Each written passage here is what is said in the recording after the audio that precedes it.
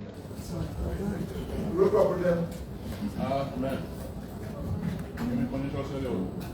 Look up, please.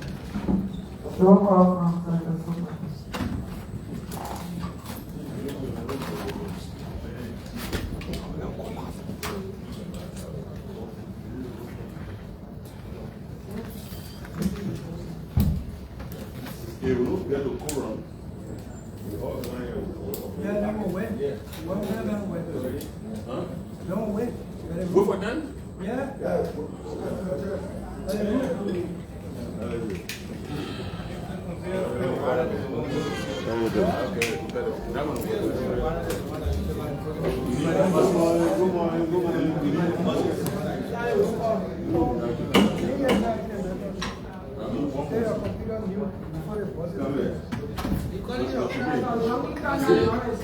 Let's not go general that value.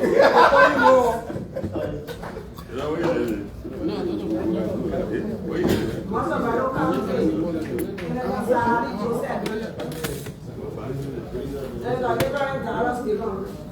Present.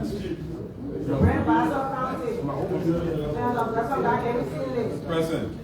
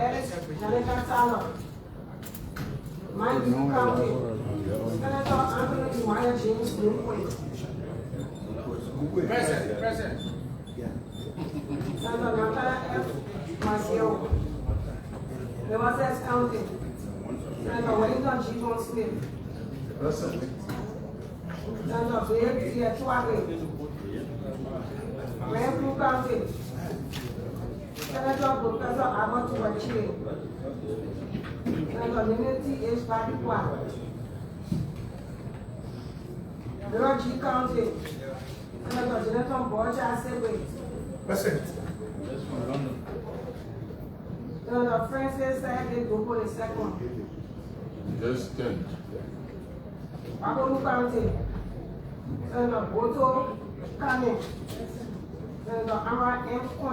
Present.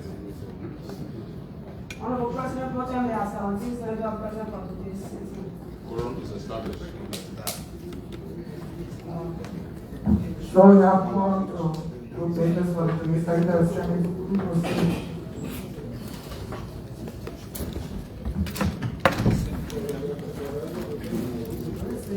Liberian Senate, Capitol Building, Capitol Hill, Monrovia, Liberia. 36th regular sitting, first section, 55th Legislature of the Republic of Liberia. Thursday, July 18, 2024. Agenda or order of business. 1. Call to order. 2. Devotion. 3. Roll call. 4. Reading and adoption of the agenda. 5. Unfinished business. A. Report from a joint committee comprising Labor and Judiciary, Human Rights, Claims and Petition regarding complaints from the workers of Firestone Plantations Company. B. Report from a joint committee comprising public corporations and commerce, trade, and industry regarding a complaint on an unwarranted business practice at the National Port Authority, NPA. 6. Report from standing committees. A. Report from a joint committee comprising education, public administration on an act to create the Tapeta Statutory District Vocational Training Institute in Tapeta Statutory District, Lower Nima County, Republic of Liberia. B. Report from the Committee on Foreign Affairs regarding the conditions of citizens working in foreign service at various foreign missions. C. Report from the Committee on Judiciary, Human Rights, Claims and Petition on the Supreme Court of Liberia Designate Temple of Justice. D. Report from the Committee on Public Corporations on the confirmation hearing of Honorable Mohammed Barry, Board Member Designate, Liberia Water and Sewer Corporation, LWSC. E.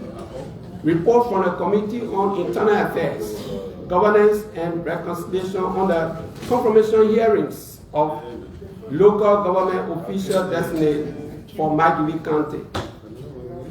F. Report from the Committee on Internal Affairs, Governance and Reconciliation on the confirmation hearings of local government official designates for Lufa County. 7. Unfinished business. 7. Business on President's Day. A. Special message from the President pro tempore. 8. AOB. 9. Adjournment. Madam President pro tempore, distinguished senators, the reading of the 36-day regular sitting of this August body. Distinguished colleagues, before the reading of the agenda for today's sitting, what is your will and pleasure?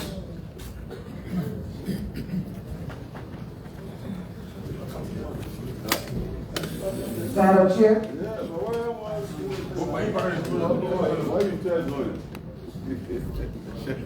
Presiding colleagues, I will listen to the reading of the proposed agenda for today. I move that the same be received and open for discussion. It has been moved and seconded that the agenda for today's sitting be received and open for discussion. Are you ready to vote? Speak. All in favor say yea. Again. Open for discussion, Senator Bukhari. So that you can talk. You are intervention.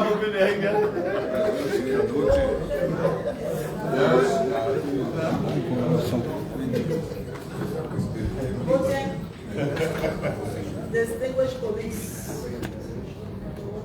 the issue about the WASH Commission, it was placed on the floor for confirmation, but at the time, we wanted to get clarity from the Commission whether there was a problem with the tenure. Now that we have understood that there's no problem, I'm begging this August body to please put it on the floor for confirmation. So which committee is dealing with that? So we know that because we're going to have a confirmation report, something from the secretary, from the committee. Information. Yeah, information. That report was prepared or brought on the floor. We had a decision to wait for the court hearing, but further information is that the Place is vacant. place is actually vacant because the person was there 10 years, 5 or 2 years ago. So it's not in controversy. The So, report the was on the channel. I just want to vote. Secretary, if you have the report, please bring our report on the LP. Why is the committee? Let's establish a committee, please. A report will establish that. So if the report is already in our possession, let's have it, and then the committee can speak on it. Yeah, let's have copy of the report, so we can pass on that to the Senator Babla. Let it go. Thank you, Madam Pro Tem. Distinguished colleagues, I request to add to the agenda the report from the Health Committee on the investigation into the issue raised by our colleague Senator Sogo regarding LMHRA issuance of permits to pharmacists. Was that report circulated? Signed and circulated? It's signed, yes, it is submitted to the secretary. It was circulated?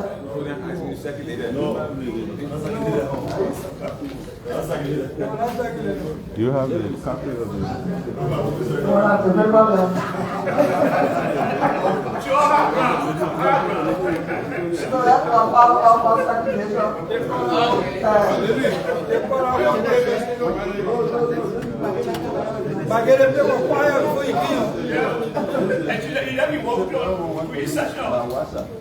So that's why I report, while we're thinking about it, Senator Sarah, Mama Sarah.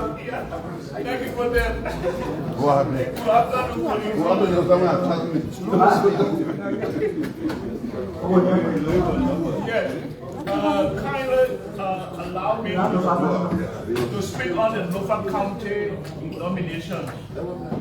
We are still in deep consultation, so appeal for the Committee on Internal Affairs. Kindly suspend. Senator, the local county nomination has been on the floor for over 2 months. Yes, you The said. senators couldn't have the opportunity to tell us if people who are nominated in the county should be rejected for cause. They are not presented no cause. Yes, right now we're appealing for, we're having a consultation whether rejection or not. So we They are not presented no cause, so we will hear the position of the 2 senators today in session. to the position as a senator for Lofa County. No, we have not reached that far. It will remain on the agenda, and when we reach that agenda item, we'll listen to the 2 senators. Okay. All right. Senator Dillon.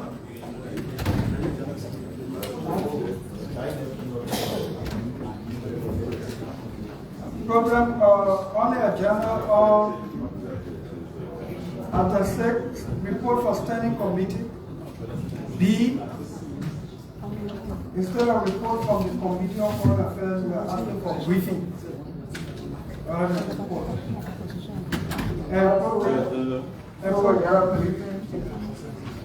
And also, item 7, business on President's desk. Except maybe I can be corrected. For statement from the President pro temporary. I think normally it's at the adjournment. Except what was corrected. It will be after it will. Okay, yeah, that's what. After it will. Yeah. After to find a report. Senator DuPont Smith and Senator Johnson. Yes, in the chapel we agreed last night for the report on resources to be So the report, the confirmation report for references should be on this agenda. It was there on Tuesday. And will be fresh. Alright, that will be included Senator Jala. Good morning, Pro Tem and distinguished senators.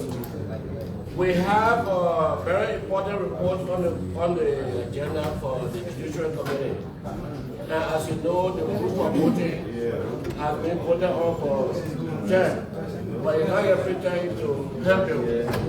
So we will ask for suspension of that rule to facilitate the.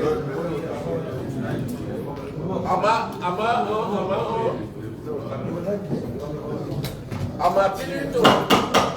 My appeal to the Assembly is that the rule on to chair should not apply to today's session, should be suspended because you have been pretending to help you. Senator, we already voted on that rule. The Senate made a Yeah, we decision. voted on it, but you're not pretending to help you. No, it's already, Notice it's a fundamental requirement. it's passed on by this Senate. So we have to get out to church. But Senator McGill. yeah, my program, thank you. The report on the report on democracy.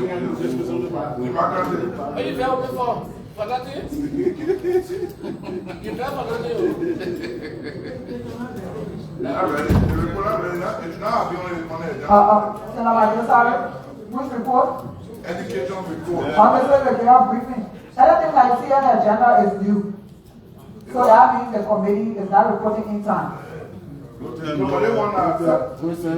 So if we made a motion here to give you specific time to report and getting report, it will come on the agenda and will brief us, and if we continue, if that continues, we have to do it on action committee. Yeah, but it's not report, it's an act for the establishment of a vocational school interpreter. And that report wasn't ready for your agenda. And they won't allow it to What is the number? 6A. 6A? Yeah. So you're asking for it to be deferred? Yeah. So it be deferred? Yeah, correct. All right, okay. Local 1 and local 2, yeah, what's the presiding?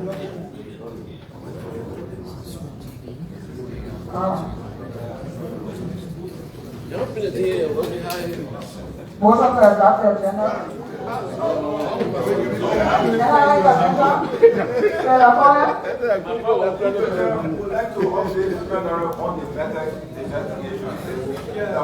Yeah, it should have been on the agenda. And next time you guys send it, please make sure you list all the AOBs so we can have it in the journal. All the AOBs today. Methods briefing should have been on the agenda. But also, if I'm going to be moving now, the Public Accounts Committee took a look at the first quarter budget report that they gave us. It will help us to understand the execution and encourage the ways and means to work with finance to accelerate. Will you let us to talk about it a little bit or now? You have that report? I circulated it all 30 senators. Everybody got it. Okay, so we can do a briefing on that. Yeah, briefing. Okay.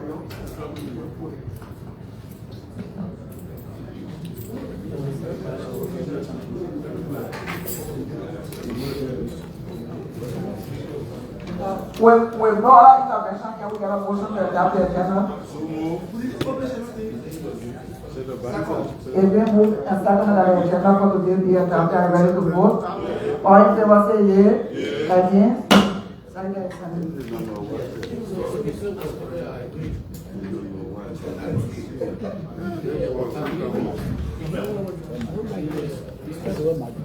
Special statement.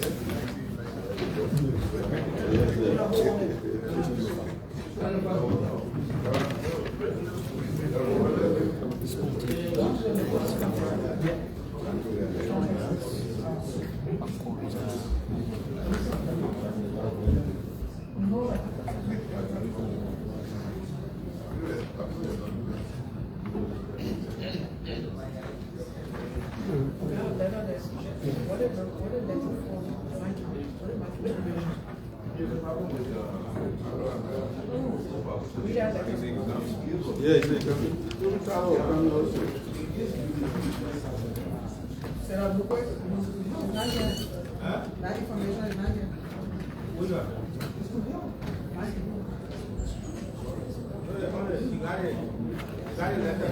Go ahead, Secretary. You got it.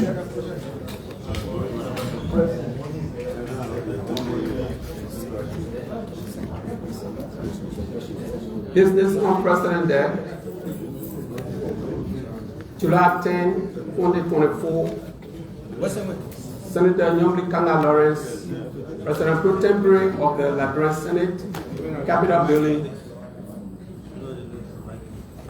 Building, Monrovia, Liberia. Madam President Pro Tempore, I am pleased to submit herewith the following nomination pending Senate confirmation where applicable for appointment in government.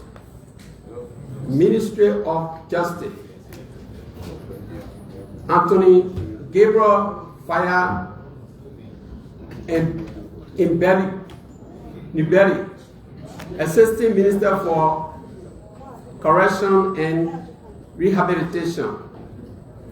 I would greatly appreciate if this were given expedited confirmation by the Senate to ensure smooth transition in the government. Kind regards, sincerely, Joseph Nimon Boakai, President of the Republic of Liberia. Madam President, pro tempore, distinguished Senator, the reading of the communication from the President of the Republic of Liberia nominating Liberian into government.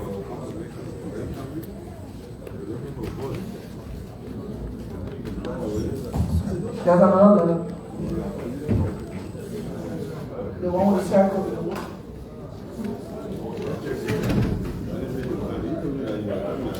Let's read the second letter from my police. Second.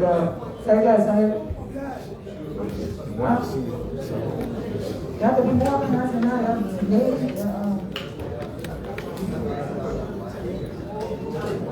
April 17, 2024.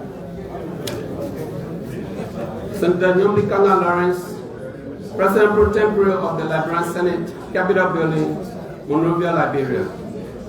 Madam President pro tempore, I am pleased to submit herewith the following nominations pending Senate confirmation where applicable for appointment in government. Mike Gibi County,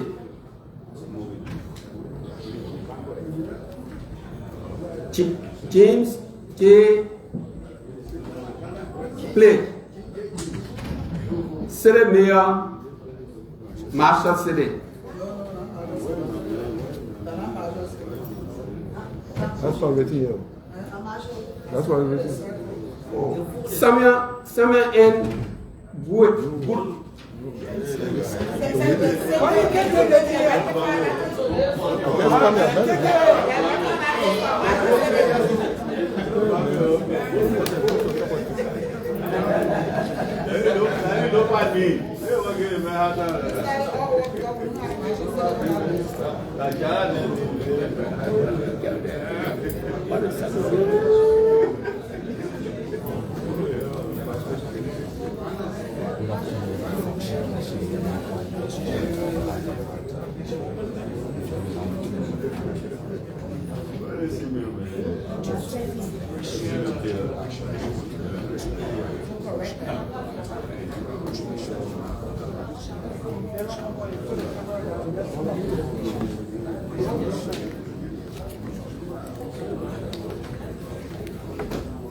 Communication from the President of Liberia.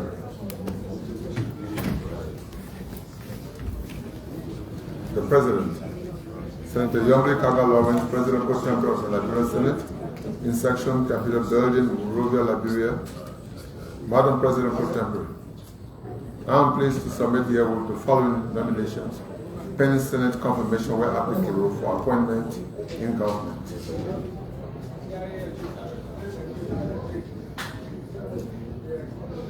One, Sam N. Gulu, County Relieving Commissioner, Kakata City, Margini County. Mr. Jenkins N. Quay, Commissioner, Shelflin Township, Margini County. Arthur Bokwa, Commissioner, Kabah District, Margini County. And Joshua M. Dennis, Commissioner, Lordville Township, Margini County. I would greatly appreciate were these to be given expedited confirmation by the Senate, so as to ensure smooth transition in the government. Kind regards, sincerely, Joseph Nimon Boakai Sr., President of the Republic of Liberia. By the President pro tempore and presiding officer. Distinguished colleagues, we've had a reading of communication from the President on nomination to local government positions in Miami County and to the Ministry of Justice. What is your will and pleasure? Senator Taylor. Madam President, distinguished colleagues, having listened to the reading of the communications from the President of Liberia submitting names of nominees for respective positions in government, one for the Ministry of Justice and the rest for Internal Affairs, I move that the two communications be accepted and the nominee for the Ministry of Justice be submitted to the Committee on Judiciary, and the nominees for local government be referred to the Committee on Internal Affairs, and to report to the plenary accordingly. We will restate that motion. Are you ready to vote? All in favor say yea. Against? Motion carried. Secretary of Senate. He says he's been after the session before.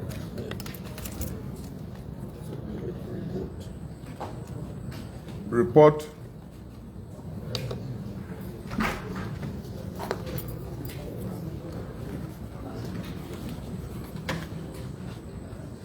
Unfinished business.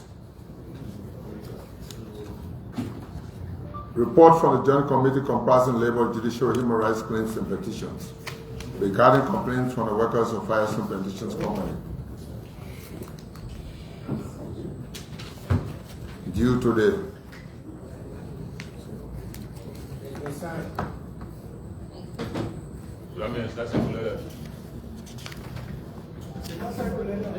If it's been signed, then it's not circulated. The chairman?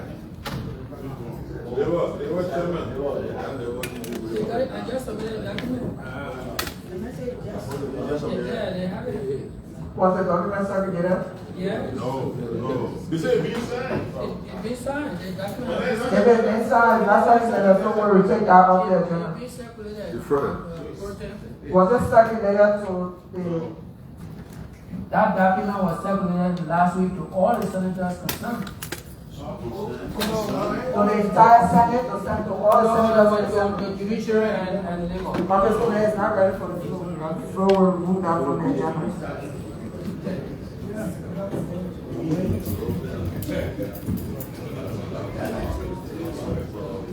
Unfinished business. Report.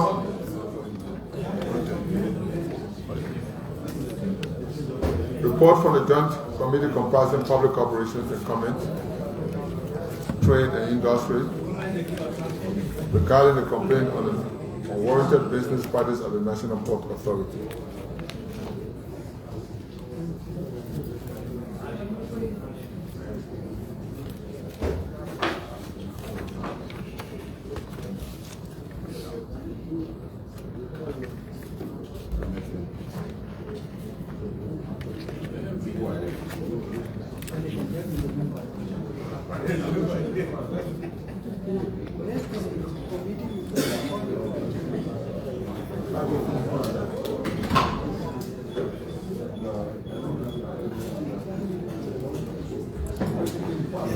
Somebody don't have the report?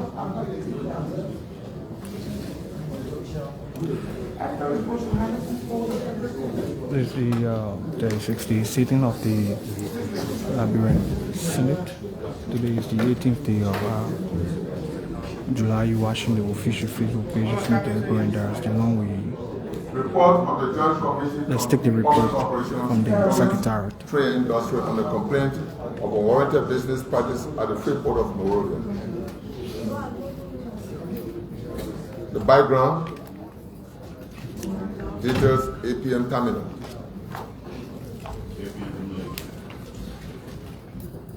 Findings and recommendations. The committee, after having engaged the different stakeholders mentioned supra, derived at the following findings.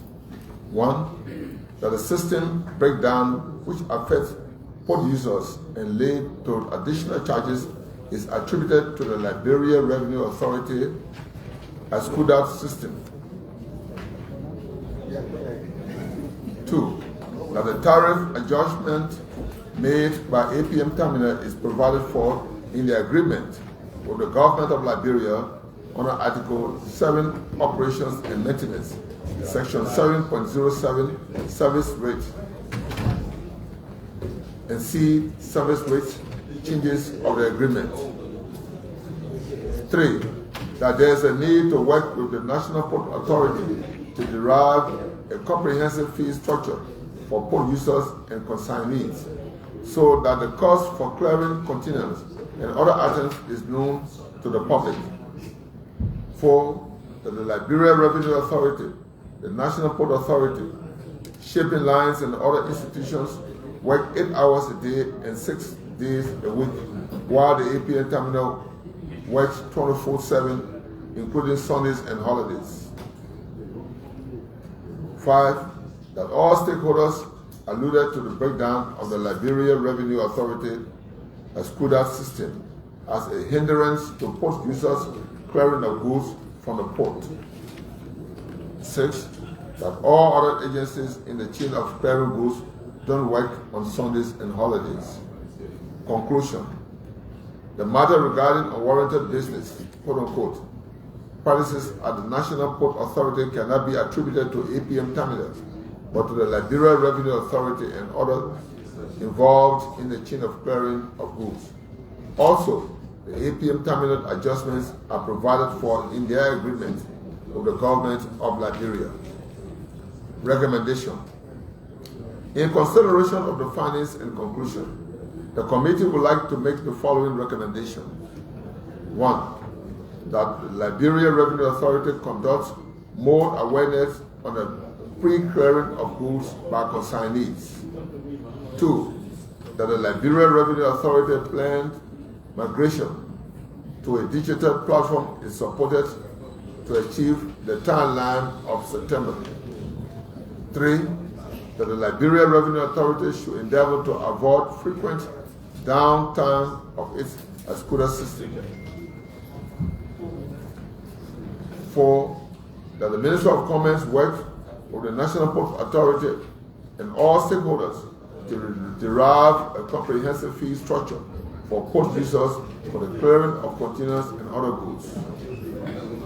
5, that the government of Liberia reviews the tariff adjustment provisions granted APM Terminal in Article 7, Section 7.07, Service Rates, C, Service Rates changes of the APM Terminal Agreement during the next review of the contract, done in committee room and submitted this 15th day of July 2024, signed members of the Committee on Public Corporations and the Committee on Commerce, Trade and Industry. Madam President, Pro Tem.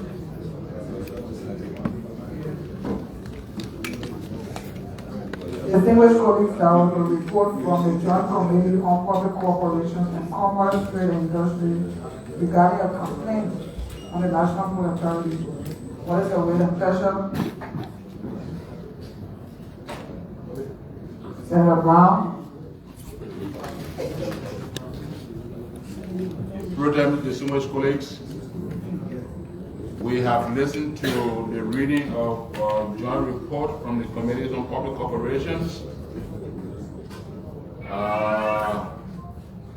concerning unwarranted business practices at the National Port Authority. I move that said report, having been read, be received and open for discussions. It has been moved and seconded that this report be received and open for discussion. Are you ready? Was it seconded?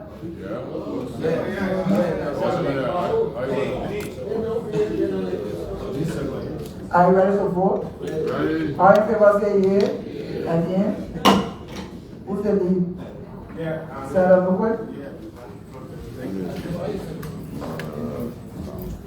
Madam Pro Tem, distinguished colleagues, as you heard from the reading of the Joint Committee report, Senator Senior Taylor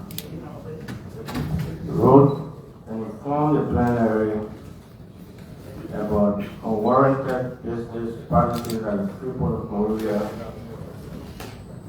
essentially cataloging 2 or 3 points.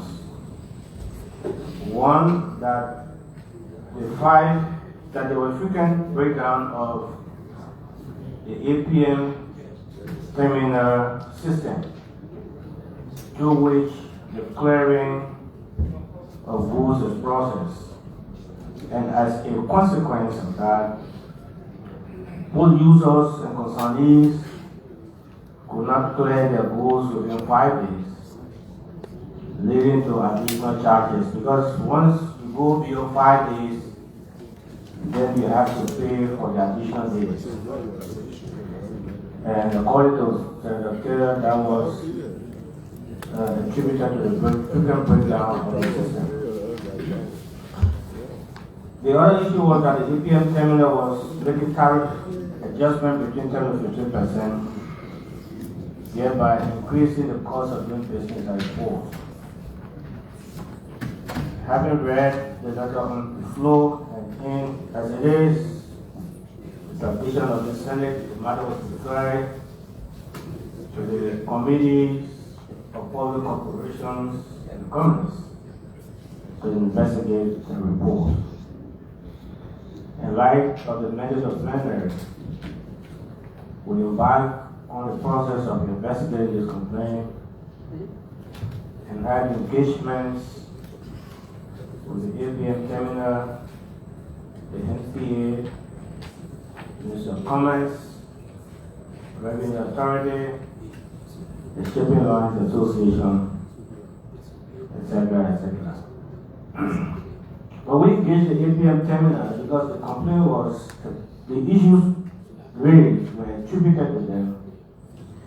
At their presentation, they informed us that they are fully digitized and that they work 24 hours a day, 7 days a week.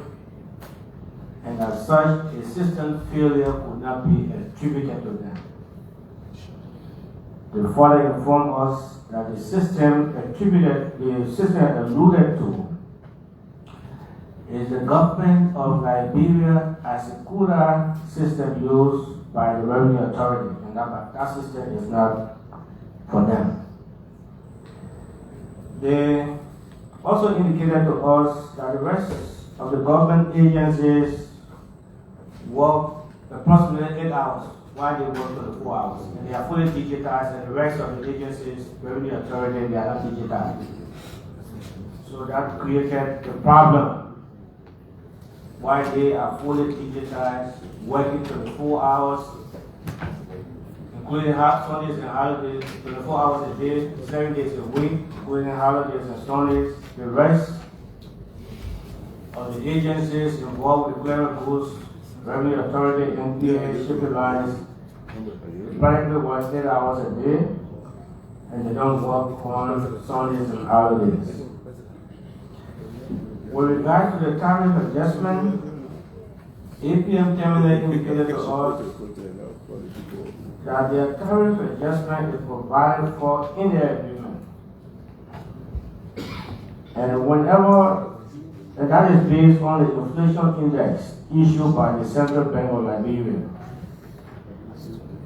And sometimes when they announce or propose an adjustment, the NPA or other government agencies usually engage them with a dialogue on the basis of the economic situation of the country. At some point in time, in the past, they did not effect the tariff adjustment. That specifically in 2024, the tariff adjustment was delayed and was later introduced, which was 4.93%, amounting to $10.24 for the 24 container, storage free. And that was not objected to by the NPA or the authority of the day. So they put the tariff adjustment into effect for 2024. We also had a conversation with the Minister of Commerce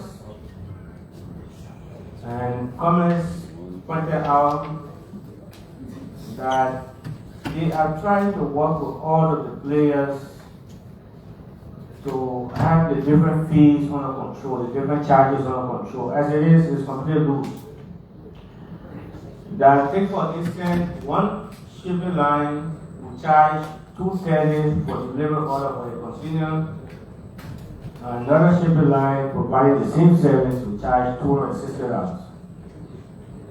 And that there was a need for us to work with them, or for all the institutions to work together to derive a comprehensive fee structure. And that Ministry of Commerce was embarking on that process to work with NPA and other agencies to ensure that it is addressed. He also informed us that the truckers charge more for container compared to any of the institutions in the chain. That took us to the shipping lines. They also appear. I would ask them, because the Minister of Commerce raised this, that they were charging different fees for a single container, for delivery order. They admitted that and indicated that it was based on the business model that they charged different fees. And it was not in the best interest to diverge their business strategy since our hearing was published. That they will also engage in, because the delivery order, the single delivery order can contain maybe 4 or 5 containers or more than one container. And then we ask, what do you charge? Maybe, what do you charge per container? Because it is instituted that they are charging for delivery order. They said, no, what they are charging for is per container. Even if you have one container on a delivery order, you pay the $230 or $260. If you have more than one, depending on the number of containers on the delivery order, that number multiplied by the $230 or $260 is what you pay. According to him, that was for services that they render, not for the sheet of paper that they give called the delivery order. We also had the conversation with the Revenue Authority. And then the Revenue Authority indicated that the Asakura system works 98%. In fact, it's 98% effective, and the downtime will be about 2% or less, contrary to what was being alleged. They also indicated to us that they are working to similarly digitize their payment system as is being done by APM terminal, and they have set a timeline of September to achieve that. They also indicated to us that the Revenue Authority provides an opportunity for both users and consignees to do pre-clearing. That is, before the goods can arrive, once you have your bill of lading, you can go to the Revenue Authority and the assessment will be made, and then you will even pay all of your fees before the container can arrive. The Commissioner General indicated if both users take advantage of the pre-clearing method, the goods, whatever goods it is, can be cleared within 5 days. That also took us to the NPA, the National Port Authority. The NPA indicated specifically with regard to the tariff adjustment, we wanted to lower their role. They indicated to us that they have no role in the tariff adjustment. They don't have a proven authority. That right is granted to APM terminal under the concession. As a matter of fact, they indicated APM terminal only informed them. They alluded to the fact that yes, in some instances, they engaged APM terminal and advised against tariff adjustment on account of revealing economic realities. But even in such a situation, it's left with APM terminal to decide. They also indicated to us, because there was this issue about additional charges, the management team indicated that yes, they charge for overtime for a container that is loaded on a truck, because according to them, in many instances, when containers are loaded and it's late, in fact, sometimes if those containers are traveling to far away places, the drivers usually don't feel like taking a container out of the port. They keep it to pack the container in the port because they feel that the port is more secure. And then they indicated to us that once that is the case, once the container is loaded on the truck and is packed in the port yard, they charge for overnight, especially when they have done custom clearance and have all the documents to leave the port. So those were the representations that were made, and on account of those representations, the committee established that the system breakdown which affects both users and lead to additional charges cannot be attributed to the APM terminal or the revenue authority, because it's the revenue authority system that frequently experience breakdown and affect the clearing time of containers and pools by pool users. We also established that the tariff adjustment provided for in the APM terminal agreement, specifically section 7.07 service rate, 7.07C service rate changes in the agreement. We also established that there is a need for the National Port Authority to derive a complex fee structure for pool users and concernees. We also established that the revenue authority, the port authority, shipping lines, and other institutions need only work for 8 hours and 6 days a week, while APM terminal works for the full 7 days. We, as indicated, that everyone alluded to the APM, the revenue authority frequent as a good system breakdown, even though the revenue authority tried to refute that, but all the stakeholders alluded to it as a hindrance to clearing the pools from the pool.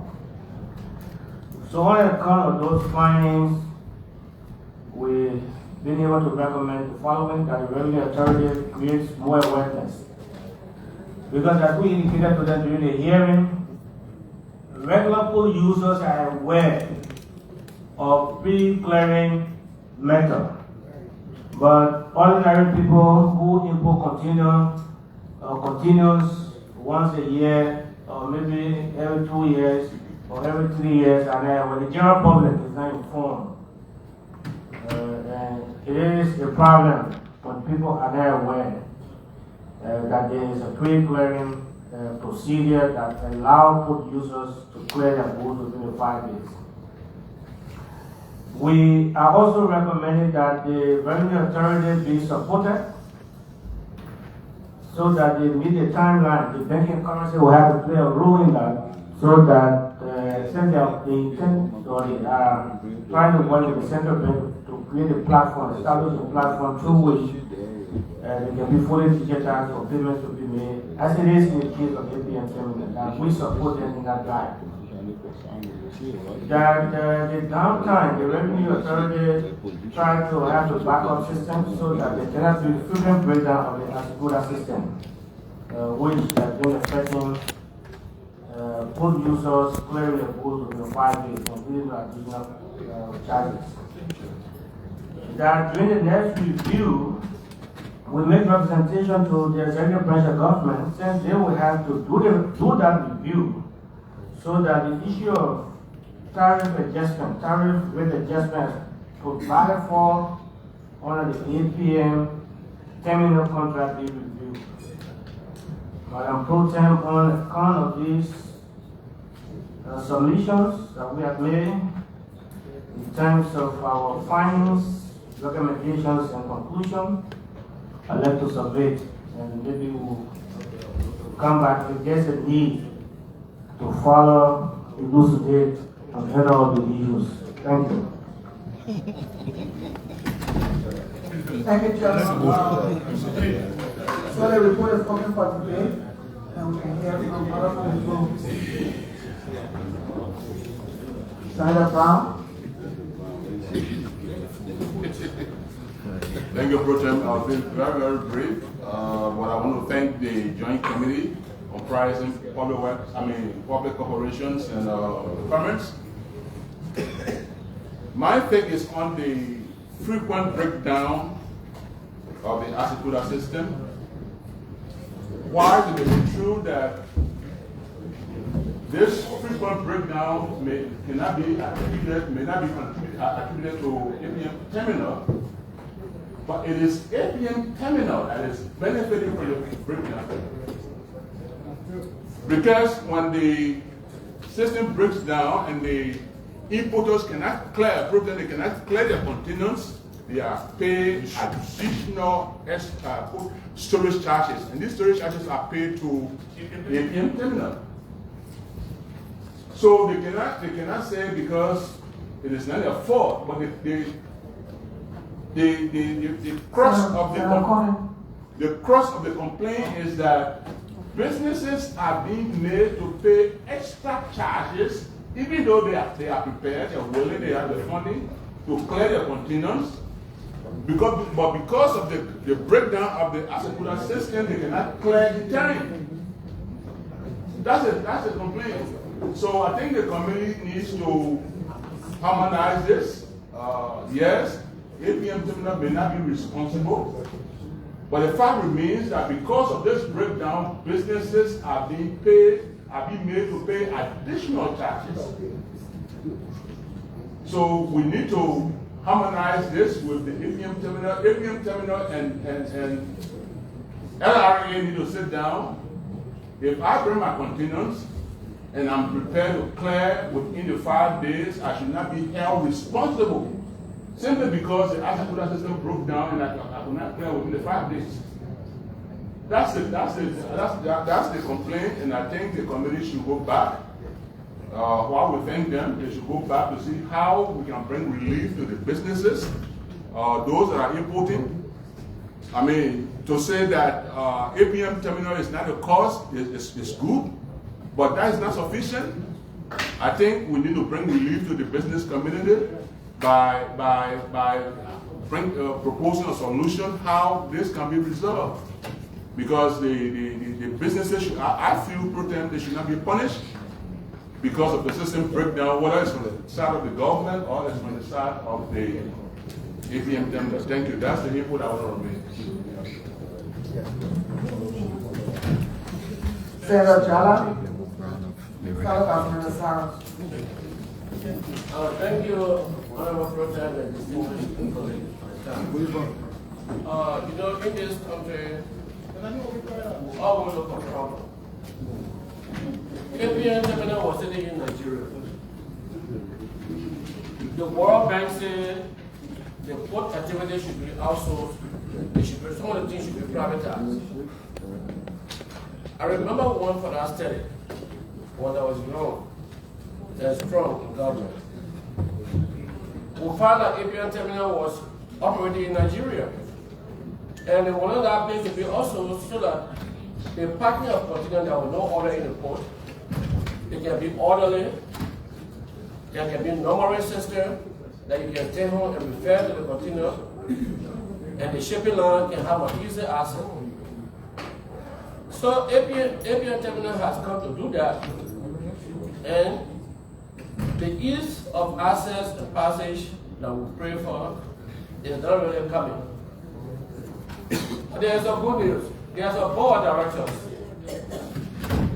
There is a board of directors at the MBA. Their duty is to review, harmonize, and help with the effective running of the port. Can some of this query be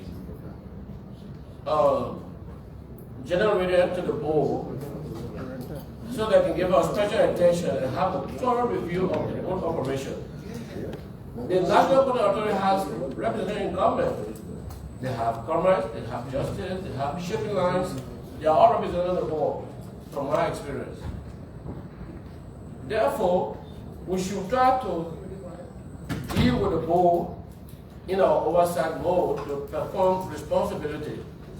The board of directors of MPA has a greater task to harmonize governance, to harmonize operations, and to ensure that we should not get more hard times than we were getting before.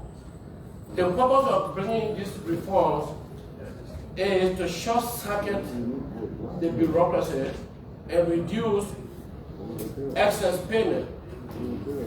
So we should hold the board very strongly accountable to perform to the dictates of the law that govern the National Port Authority.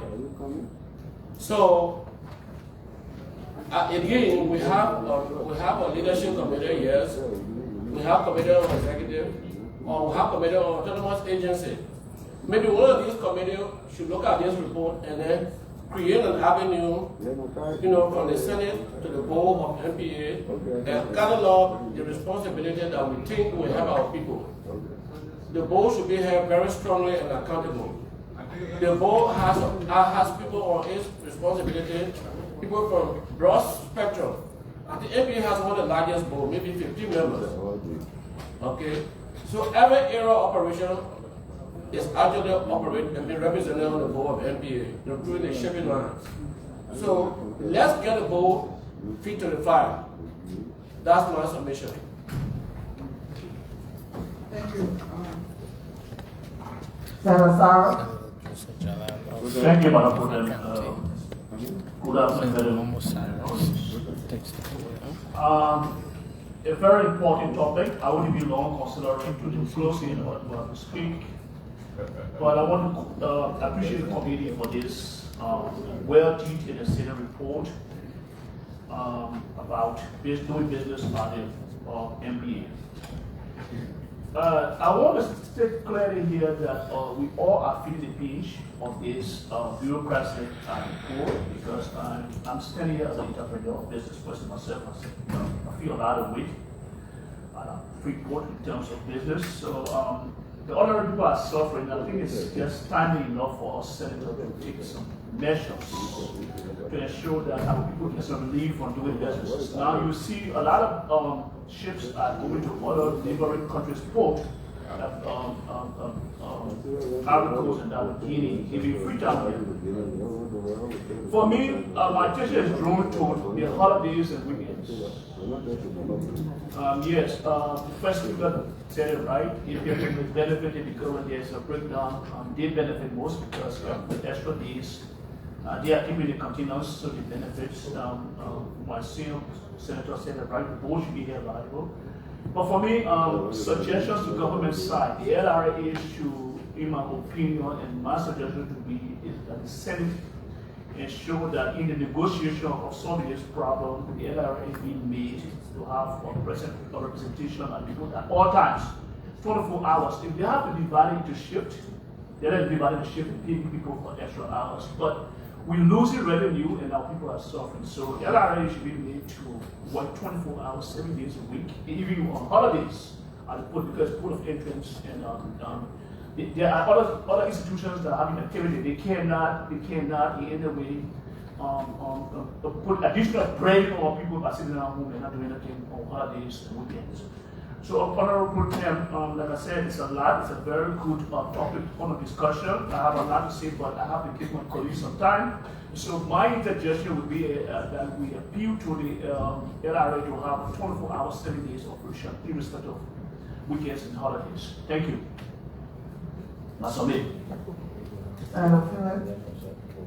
Thank you, Pro Tem, distinguished colleagues. Let me thank the committee for their presentation. The issue is, or the problem is, the LRA has a problem with its system. We know that they need new generators. You need to upgrade the system. You need new server. And I think that's where we need to be able to put pressure on the LRA to be able to do these things, secure the necessary equipment and necessary software to upgrade the system so that we don't have failure in the system. On the line, the other issue that I think was raised is the issue of weekends and holidays. I think there should be some exemption for importers who goods will arrive around the time of holidays where the 5 days or the grace period is inclusive. And I think this lies strictly with APM terminal, that they need to understand that we have holidays, and those holidays are not considered working days. So I think those are, for me, those are the two issues. But I think LRA has a major role to play in upgrading the system and making sure that the system is effective and working so that they can offer services to those who need the service. I want to thank you for giving me this opportunity to distinguish you. Thank you. Respectfully, Sonny. Senator Dillon.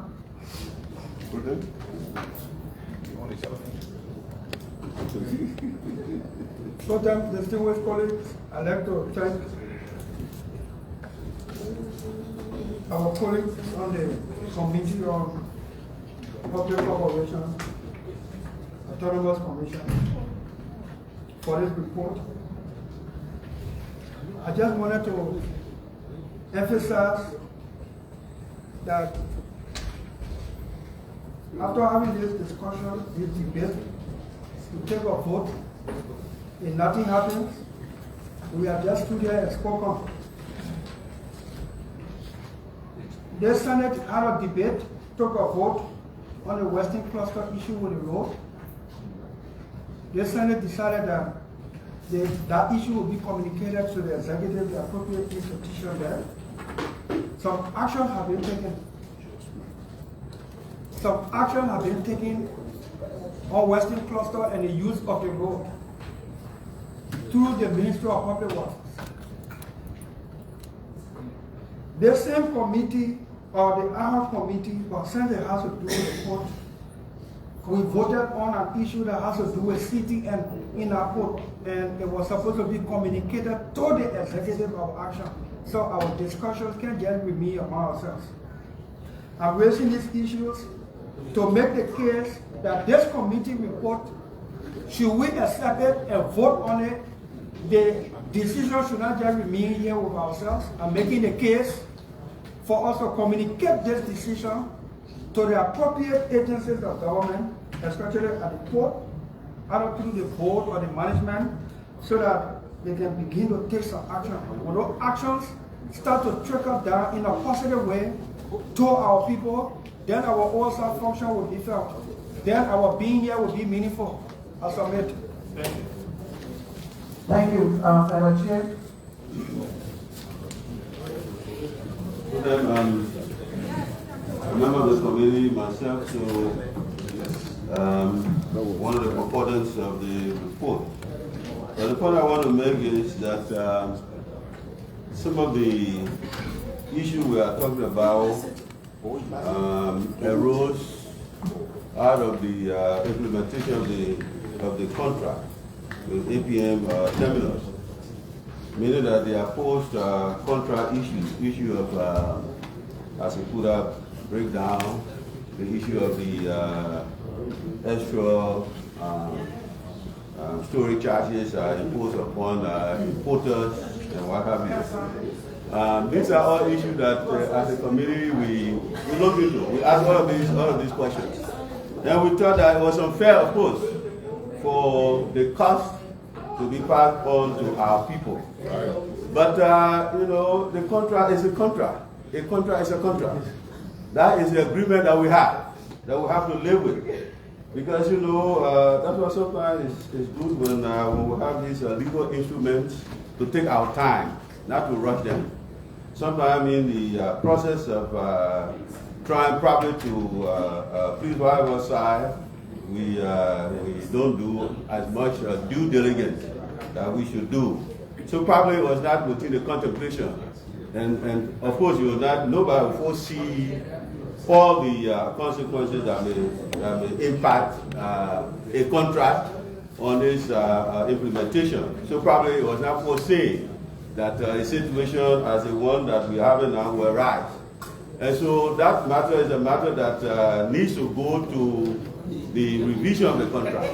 And so we're asking as to when the contract, the APM agreement will be due for review. They say it was done the other day, and I think they have about, I think it's a 25 year, and it should be midterm review that will be coming up. So we are taking note of all of these, and during the midterm review, we'll do absolute due diligence, because there are a lot of problems that emanated emanating from the implementation of this contract that we need to really do something about, so as to relieve, some of our colleagues have said, relieve our people of the unnecessary burden that is placed upon them, which is not of their doing, absolutely is unfair, that they will pay extra costs, extra charges, because as the cooler broke down, and even for truckers, that maybe because of late loading, they want to park at the port, they have to pay. It's not their fault as well.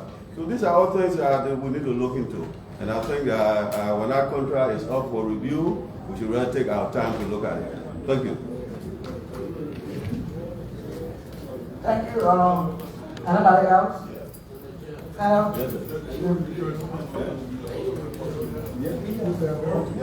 remember a few years back, we brought APM terminal here, and we held them in contempt of the Senate.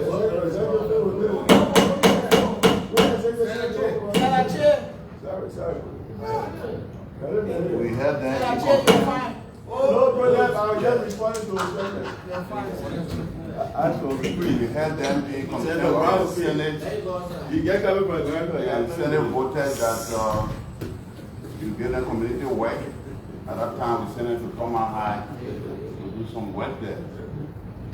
So I think we need to continue our oversight vigorously, because from the report, APM tariff adjustment, they are arguing that it is in the contract. Right. But that is not enough to say it's in the contract, so you have the right to increase the tariff. There has to be justification for any tariff increment. So I will urge our committee, probably if we didn't do that, to call them back, or monitor them or investigate why all the time tariff has to go up, even though it's in the contract. Even when we review the contract, if we do write it there, there has to be justification. They didn't give any justification. So you got to make sure that we monitor and investigate, so that because any tariff increment is passed on to the consumer. That's my input.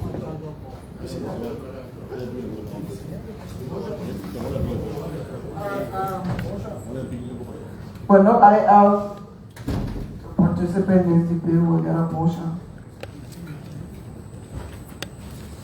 My project, can I just do a bit of closing statements on the Yeah. Senator Lukwe, we're talking about unnecessary charges and delays. During your committee hearings, did you talk to the LRA about this and what system they put in place to change it? Did they make any recommendations? Yes. My report has indicated the issue raised is about system failure that leads to additional charges. System failure that will make concerning goods to be stored for more than 5 days. Because once your goods arrive, the goods will be cleared within 5 days. If you don't clear within 5 days, you pay additional storage charges, and that is levied by APM terminal. So there should be a procedure to counter that, to say, well, our system fails, so you cannot pay. Yeah. So is that procedure that we need to look for. If your system fails and there will continue, as you have some communication to say that I will not pay for 2-3 days because the system failed. So I think we need to work with them to come up with how that can be worked out so we can communicate it to the public. So, Madam Pro Tem, because what we are doing is to just identify the problems. How we want to solve it, that should be the next step. So that's what I want to speak to, because the Brown raised it. All right. In the first instance, the system failure cannot be attributed to APM terminal. The complaint on this will allege that APM terminal was responsible for the system failure. Our investigation established that the system failure cannot be attributed to APM terminal, but rather to the revenue authorities as a CUDA system. So it is our government system that is breaking down and leading to concernees not being able to clear their goods within 5 days.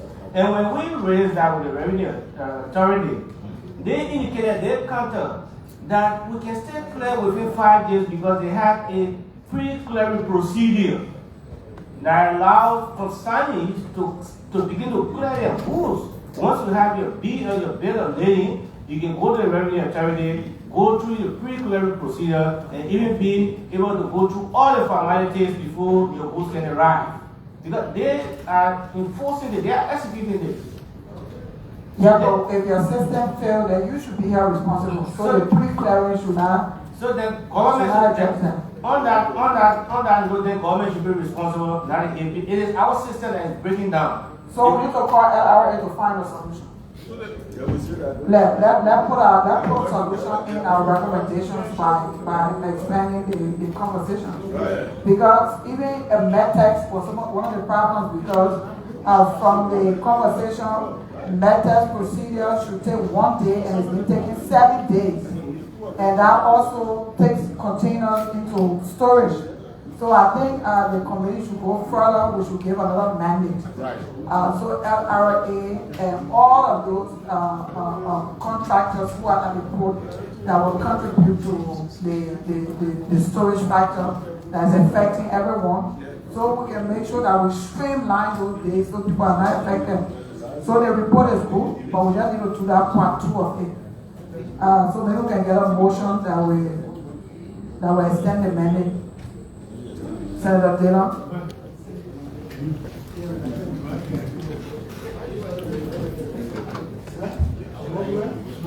Senator Dillon will give a motion. Senator Dillon. Having listened to the debate across the floor with the various inputs and observations, I move that the committee report be received, accepted, and that the report and that the committee be further empowered to engage with the LRA and MPA to settle on some of the unresolved issues to include but not limited to the understanding that when system is down, why the consumer or the business member have to pay for all those things that bring in the additional cost and burden on the people. That the committee be further empowered to further engage to resolve on this issue and report to us immediately upon our return. So second. We've already stated the motion. Are you ready to vote? Ready. All in favor say yea. Against? Committee, please share hands and show that the cost is reduced for our people. And Peter Wayne. Senator Senate. Senator Senate goes straight to the Justice, the Judiciary Committee report. Report from the Committee on Judiciary, Human Rights, Claims and Petitions. On the confirmation hearing of Judge CNN D. Clinton Johnson, Associate Justice of the Supreme Court of Liberia, designated.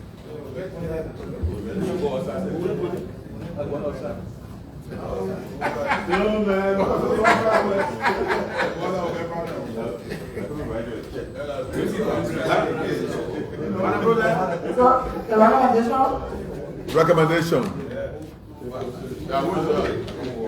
The Associate Justice. Therefore, and pursuant to the findings here in above, the committee hereby recommends to the plenary of the Liberian Senate that Judge CNN Clinton Johnson be confirmed as Associate Justice of the Supreme Court of the Republic of Liberia. Done in committee room this 17th day of July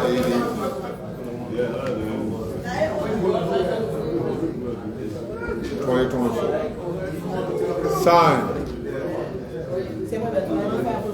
Members of the committee. All right, that was a report from the committee, from the Judicial Committee for the confirmation of the Associate Justice.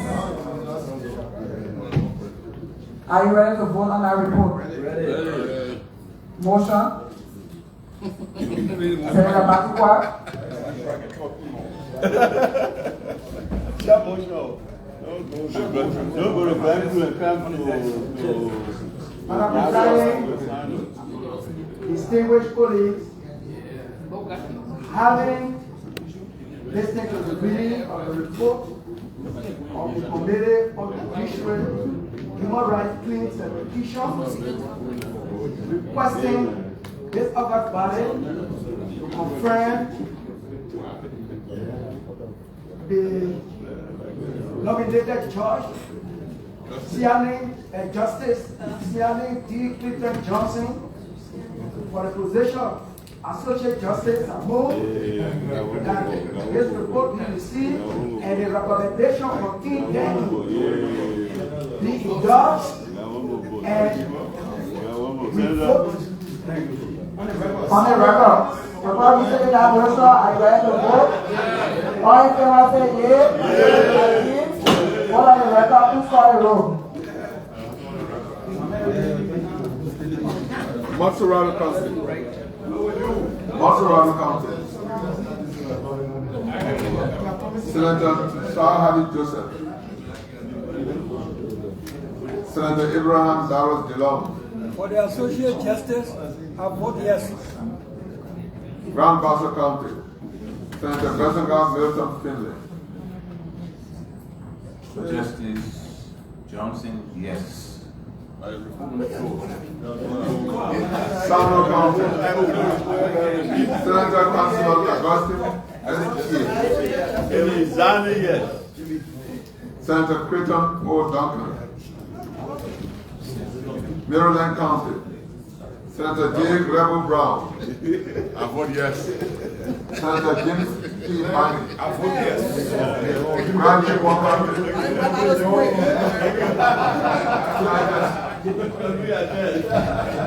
Senator Simeon Boymatila. Vote yes. I vote yes. No, you don't. Palm County, Senator Prince Kamumoy. Yes, yes. Senator Kevin K. Page. Nima County, Senator Prince Y. Johnson. I vote yes. Senator John D. Twain Jr. I vote yes. Grand Julia County, Senator Zoe Emmanuel Peno. I vote yes. Senator Thomas Yaya Newland. Lofa County, Senator Councilor Joseph Patodiala. Senator Momati Saros. Yes, please. Bombing County, Senator Edwin Melvin Snow Jr. Senator Ellis Kenikai Tyler. Marjorie County, Senator Anthony Emmanuel James Lukwe. Vote yes. Senator Nathaniel F. McGill. Riverside County. Senator Wellington G. Smith. I vote yes. Senator Bill T. Twelly. Grand Crew County, Senator Albert Tubechi.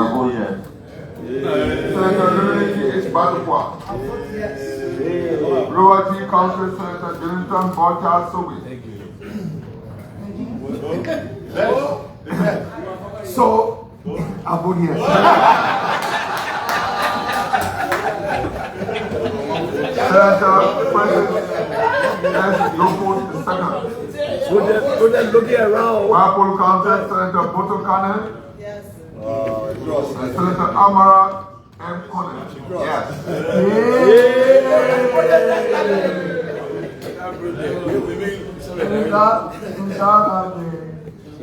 We miss solidarity. Madam President, for temporary presiding officer. Votes taken. 22 in favor, none against, no abstention, which is unanimous. So thank you to the Senate, and I think we passed the first test of our two-third vote for left-hand position. So the vote is passed. Secretary of Senate, please communicate that. Thank you, sir.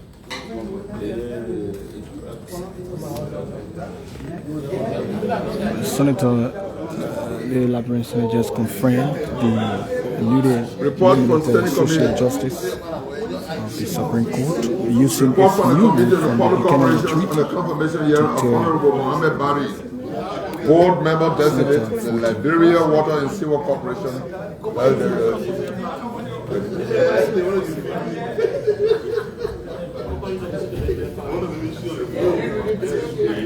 Recommendation. Having thoroughly examined the nominee, committee herewith and without hesitation recommends that the nominee, Honorable Mohammed Bari, board member designate of the Liberia Water Sewer Corporation, be confirmed by the plenary of the Senate. Done in committee room on the 16th day of July 2024 and signed by members of the Senate Committee on Public Corporations by the President pro tempore.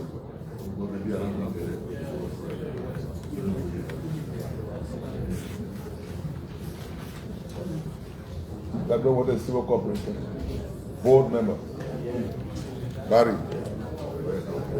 Distinguished colleague, that was the reading of a report or confirmation for board member of the Liberia Water Sewer Corporation.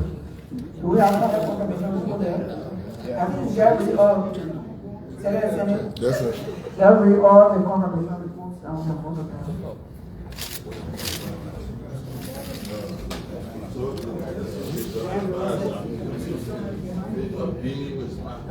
All right, so we want to treat.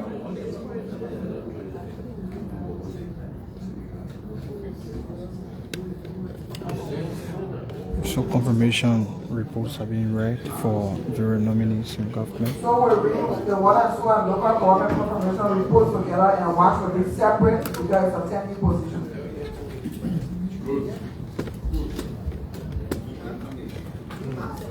Report from the Committee on Internal Affairs, Governance and Reconciliation on the confirmation hearing of local government officials designate of Margibi County.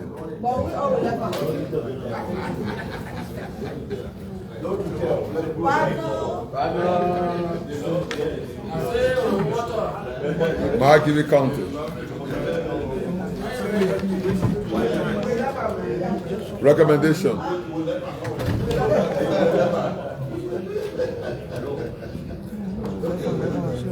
Therefore, the committee wishes to recommend to plenary of the Liberian Senate that the nominees hereto attached be confirmed as local government officials of Margibi County under the Ministry of Internal Affairs, Republic of Liberia.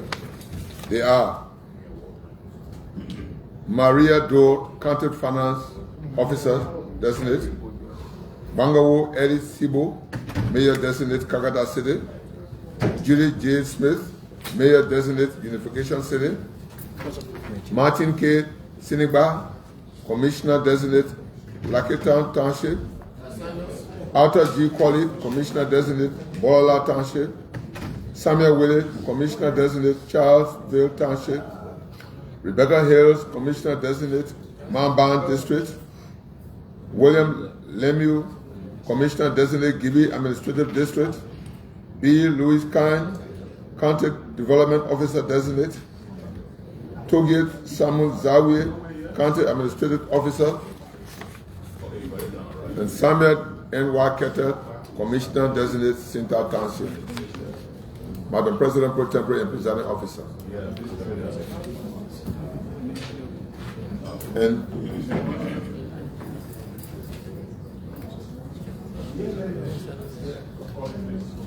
Report from the Committee on Internal Affairs. Governance and reconciliation on the confirmation year of local government officials designated of Riverside County. President, I'm a governor. I will bring it from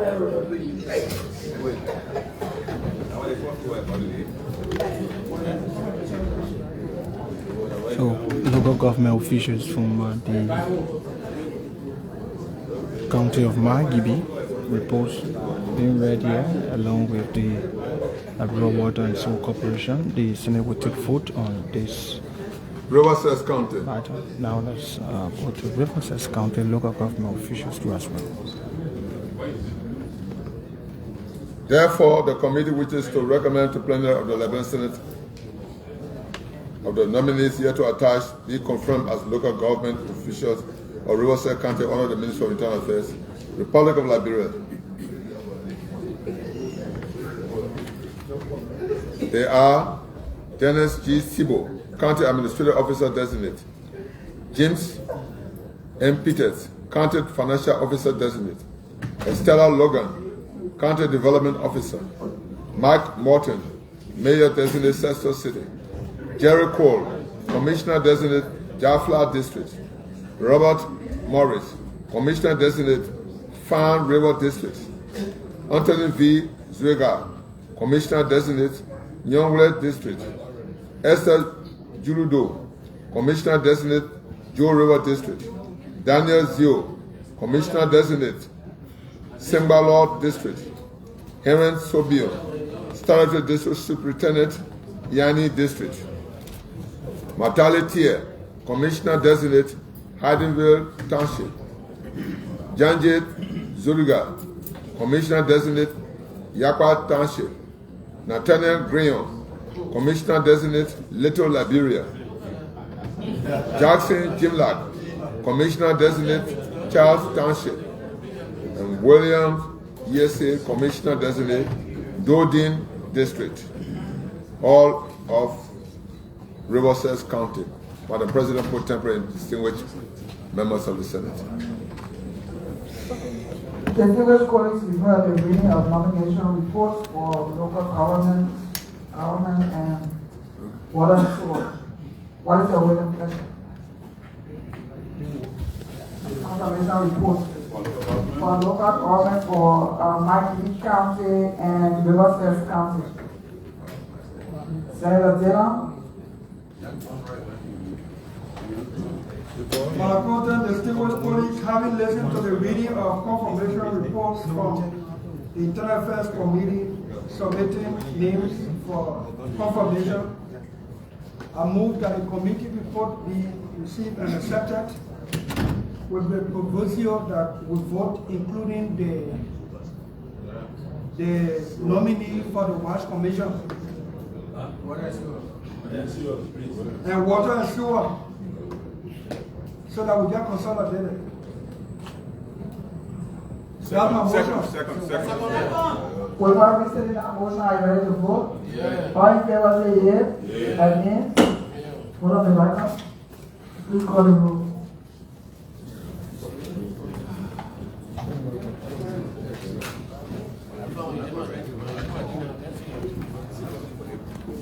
Monserrado County. Senator Sahari Joseph. Senator Abraham Daros DILLON. I vote yes. Grand Bassa County. Senator Preston Milton Finley. Comprehensive, yes. Sando County. Senator Councilor Augustine S.P. Yes. Senator Crichton O. Duncan. Maryland County. Senator J. Grable Brown. Vote yes. Senator James B. Banning. Grand Kingsmore County. Senator Senior Boyman Dillon. Senator Dawa M. Makula. Vote yes. Mount County, Senator Prince Kemo Moe. Senator Johnny K. Quinley. Nima County, Senator Prince Y. Jackson. In total, I vote yes. Thank you. Senator Nyan D. Twain Jr. Yes. Grand Julia County, Senator Zoe Emmanuel Peno. Yes for all. Senator Thomas Yaya Nimlin. Yes. Lofa County Senator Councilor Joseph Pato Yala. Comprehensive, yes. Senator Momoti Saros.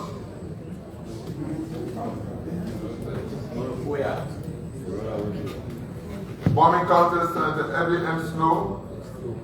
Senator Ellis Jenny Kai Tyler. Maikiri County Senator Anthony Emmanuel G. Lukui. Senator Nathaniel F. Mangil. Riverside County Senator Wellington Kibok Smith. Senator Bill T. Warwick. Grand Pool County Senator Albert Tubaki. Senator Lully T. H. Batupwa. River G County Senator Jonathan Boncha Sobe. River G. Senator Francis S. Dupu II. United States. Babul County Senator Boto Kane. Yes. And Senator Amara M. Kone. Yes.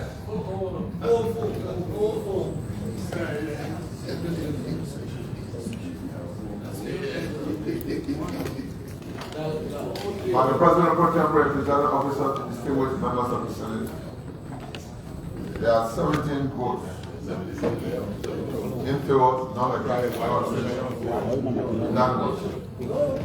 It's a lifetime. The vote is carried. Nominees confirmed. The total is not settled yet on 10, so it's still simple majority. There's a motion for reconsideration that should have been tried today. After today, Who finally? No, after today we'll retry the vote. Because you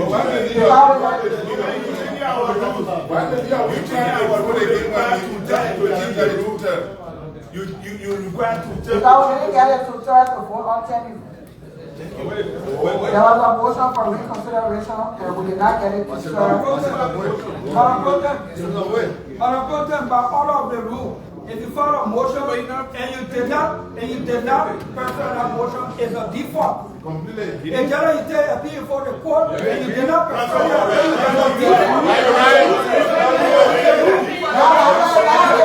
The time has come out.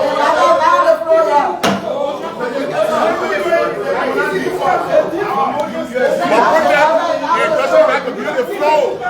The man has defaulted.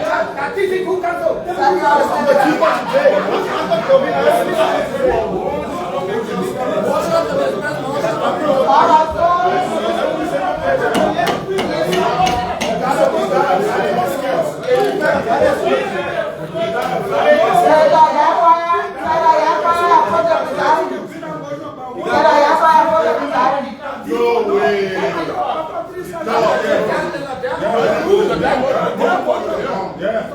It's there. It's not coming back. You can't retry it again. It's off.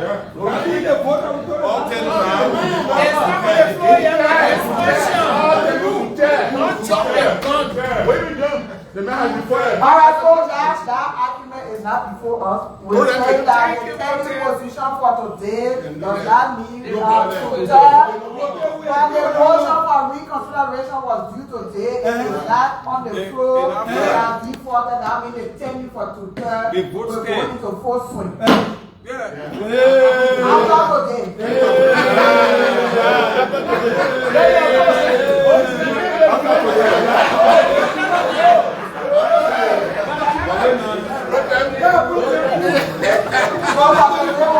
So as per the Harper, that's not the Harper, but the Buchanan retreat. As per the Buchanan retreat amendment, some changes have been made on the flow in terms of voting for confirmation.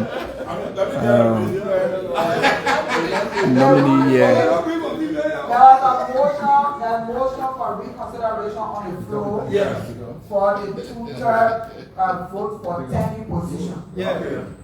Senator Moy, who filed that motion, who should have filed that motion for reconsideration in his report, is not here. And today is the deadline. So it defaulted. That means that the Senate will go back to considering to turn for attending position. After today, all votes for attending position will be two-thirds. All issues to have been presented through that motion for reconsideration. So the motion should have been here to do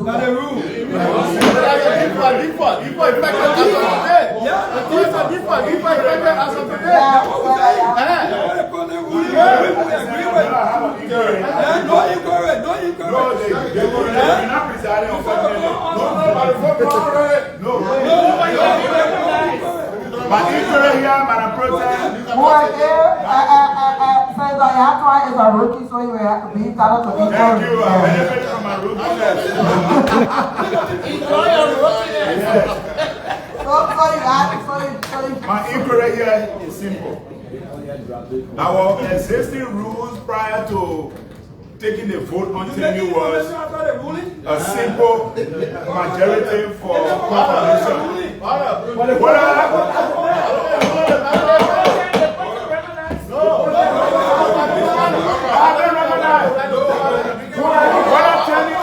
I'm giving an inquiry here. My inquiry here is simple. Prior to taking the vote on the two-third tenure, whether it was tenure or not, it was a simple majority. Our rules suggest that to change that simple majority, we must have two-thirds to change it. You should have raised it before the motion for reconsideration. You should have raised it before the motion for reconsideration, or it should have been in the communication for Senator Murray on the floor today. Yeah.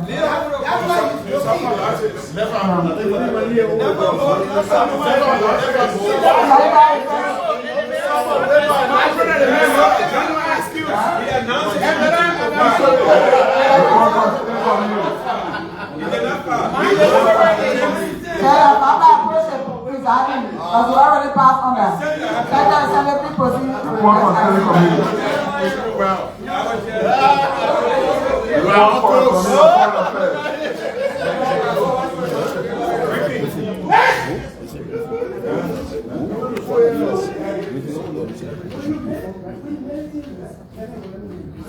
Question from the Committee on Foreign Affairs regarding the condition of working foreign service at various foreign nations.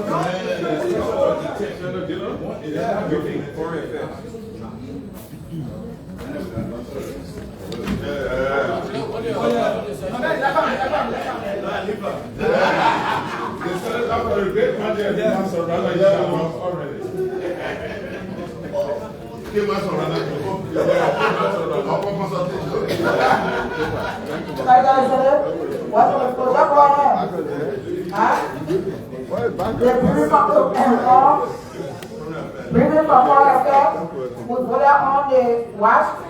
Yes. Everything there. Who would it go? The what? Program. The separate now. Put them separate now. Program distinguished colleagues. Senator Nathaniel McGill and Senator Sir Joseph, both of Mofferado and McGibby, respectively, submitted before this body the concern of foreign service employees that were deployed by the government of Liberia, to be specific, the previous government of Liberia. And they have some welfare and issues out there. The Committee on Foreign Affairs cited the Minister of Foreign Affairs, and the authorities of the Ministry of Foreign Affairs met with the committee a few days ago, and we were informed that the Ministry of Foreign Affairs had done a comprehensive investigation into the manner that some Liberians were employed and deployed in the foreign service. The recommendation sent to the President for action, which the President has endorsed, seeking to repatriate some of those who did not meet some benchmark qualification to be deployed into the foreign service. So as we speak, the matter is active with the Ministry of Foreign Affairs. The committee is seized of this matter in terms of oversight. The committee is also in assisting and in coordination, in the spirit of coordination. The committee is also in touch with the Ministry of Finance to source the funding to begin to repatriate those who are listed for repatriation. Just to be a little clear, the Ministry of Foreign Affairs informed the committee to the effect that there were about 64 Liberians who were employed or deployed or received letters to go to foreign service. 8 of the total number met all of the benchmark requirements, got their letters properly, and reported to duty. And they are working and on the payroll. 52 in different categories. Some just got a letter, have not even reported to the embassies or the foreign missions to which they were deployed, but in those foreign countries. Have not even reported to duty one day. Some, the government did not even have the money to pay their way in keeping with the process, the protocol. They pay their own way because they had a letter they wanted to do. There were different categories of people who are just out there. And so the government of Liberia, this government, has taken the decision to repatriate them properly. Some may be re-vetted so that they can meet the benchmark requirement and then redeployed as may be deemed.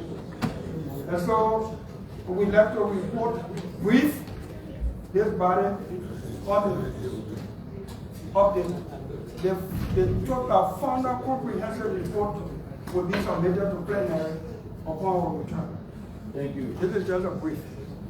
Thanks, Senator, for that brief. I think we'll just note that and wait for the proper report. Senator Senate.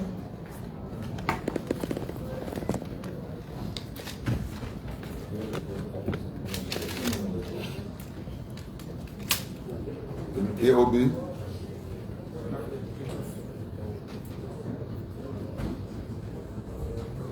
What do we have on AOB? We have a lot of AOB. Senator Connor. You have to brief up on that, Senator Taylor. Give me 2 minutes. I'm here.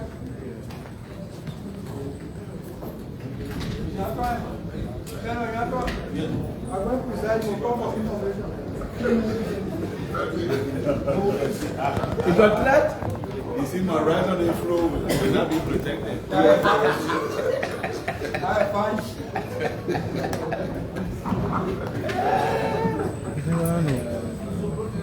AOB, brief on METEC, Senator Amara Connor. Thank you, Mr. Presiding. Distinguished colleagues, this is a very short brief.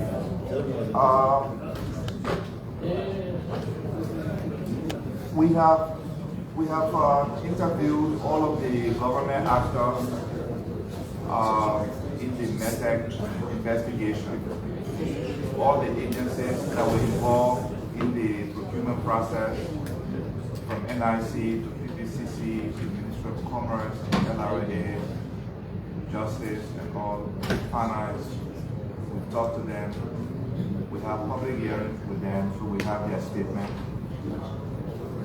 Our issue now has to do with the other side. we have not been able to get METEC Dubai to respond to our numerous citations to appear before the committee on grounds that the chairman of the board is ill, but the person we really want is the CEO, who is not availing himself. METEC Liberia, who is the other partner in this arrangement, came here last week. We cross-examined them and we got their statement. So in summary, what we have here is a dilemma where the two partners in METEC are having some trouble with each other. Because of that, there have been several violations in the implementation of the agreement we have with them.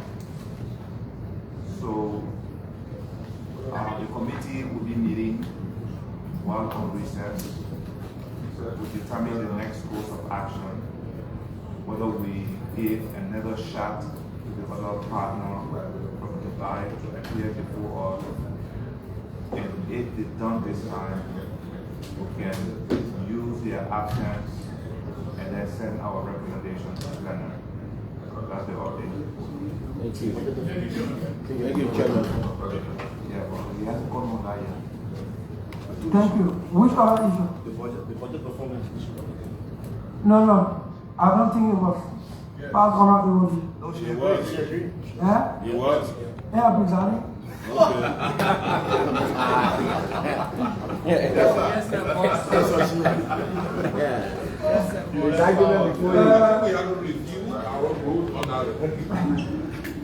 gotta move for it after to be in Don't worry, don't move me up.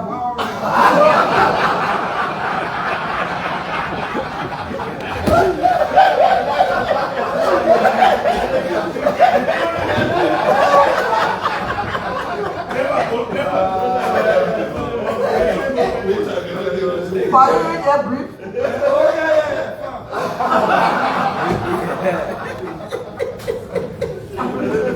Well, this guy, that's sitting down.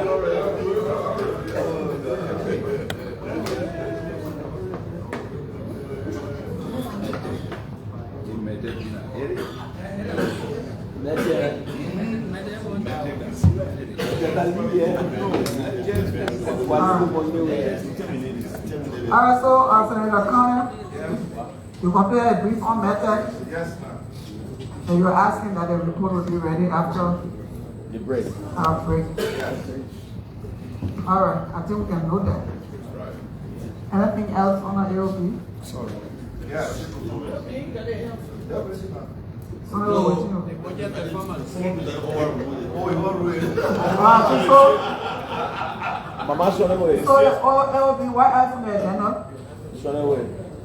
No. What's special message? Yeah.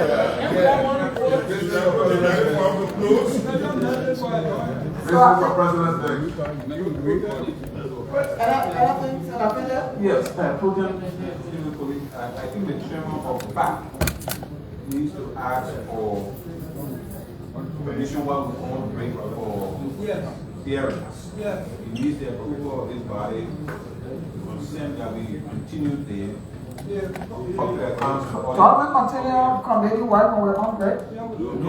This is a special. Alright. So, Senator Connor, there will be hearings for the PSC committee? Yes. The joint PSC committee on the Auditor General's audit reports. Okay, so cool. You have the authorization by plenary, right? Right. Or if you want to say yeah? Project was circulated the reports. By our practice, the PSC cannot make decisions there. This will come back to plenary. No, yeah. They have to send the reports here. Everything. No. We're not making decisions. Under the hearing, they have a report. Senator Butler, you have a report on the floor. Yes, I circulated the report. So They have report. No, it's not AOB. Et on a eu, c'est la table qui pique up. Là, il va garder le coup.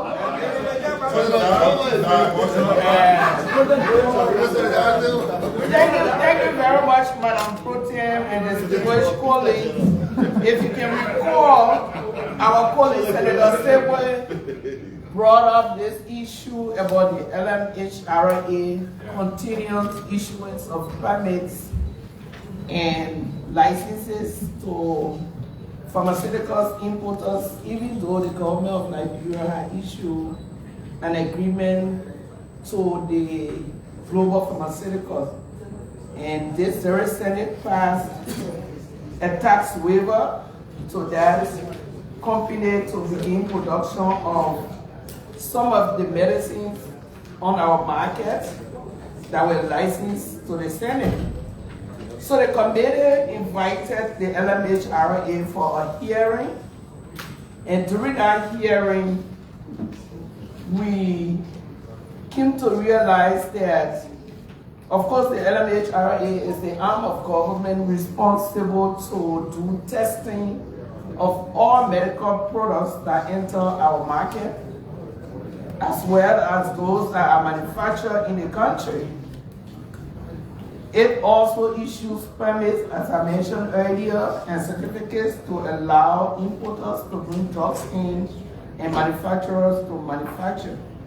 So back in 2023, the LMHRA had issued license to global pharmaceuticals to begin the manufacturing of a number of medical products, about 13 of them. The global pharmaceutical is located on Cowell Road. The LMHRA currently does not have, the investigation provided that the agency currently does not have an up-to-date laboratory to do testing. The authorities from the agency told us that they are challenged by limited budget, and so even their inspections are not being carried out in the way they would like to. HBA, working with the global pharmaceuticals, they use a third-party laboratory in Ghana to test their medications that they were producing, and based on the results of those testing, they issue them the license and the certificates to produce the 13 different medications. The company began production early this year, and they produced a huge consignment of medications. They imported over 1.3 million worth of materials. Howbeit, they have not been able to actually get those things on the market because those importing are still bringing those particular medications from Nigeria, China, India, and other places. So in our exchanges with them, we realized that the LMHRA, because of its functional limitation, is actually not doing real laboratory tests of medical drugs, medicines that are imported in the country. They do physical observation and issue permits. So the global pharmaceutical told us that they have tried to engage the bigger pharmacist operators to work with them in supplying their businesses at factory price, but these arrangements have not gained any fruits. So they are experiencing their raw materials are expiring, the medications they produce have expired, and only 2 pharmaceutical institutions that are in the country and ordering from them. So that has lowered their production. They are only producing for those 2. So when we called in the LMHRA, they told us that they do not have the authority to provide or to create monopoly or restriction on anything that comes within the market. Their role is strictly limited to testing for quality and ensuring that the right medications are brought into the country. They also could not speak to Global Pharmaceutical's capacity to produce the quantity of those specific medicines to meet the demand of the country. So in that case, we invited Global Pharmaceuticals and also had an exchange with them, and they told us their capacity to produce. They even took us on a tour of their plant, and we saw that they had a lot of machineries that were installed. We met some medications, tablets being packaged, the ORS.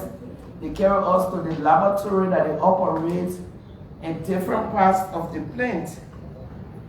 On that basis, the committee realized that LMHRA really needs to be supported, because it's not only the local producer, but even the ones that are coming from the other markets outside Liberia are not being tested.